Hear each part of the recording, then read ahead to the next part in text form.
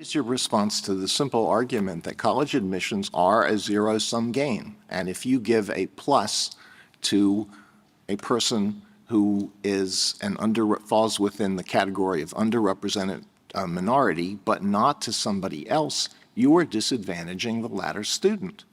And Your Honor, that's an excellent point, but the record actually bears out about how, in this case, how the holistic admissions plan does end up operating. And it is where an individualized consideration is being made on a student's own talents, on a student's own achievements. So you're saying that that race in and of itself has no effect at the University of North Carolina? Absolutely not, Your Honor. Okay, then you would have no objection to an opinion from this court saying you may not consider race.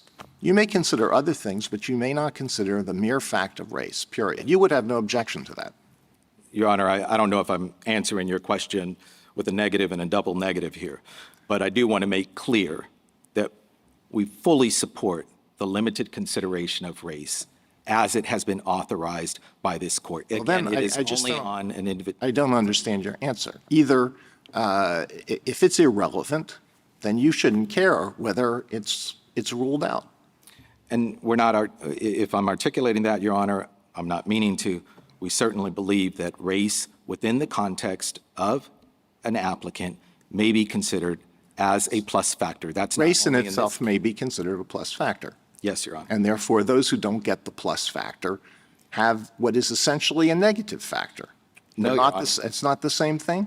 No, Your Honor, it's not, because it's looking at the whole applicant as they apply within their whole application and their resume, et cetera.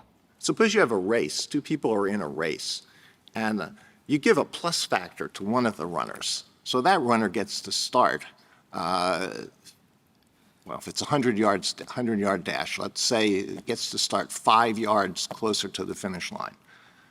The one who doesn't get that plus factor is disadvantaged, right?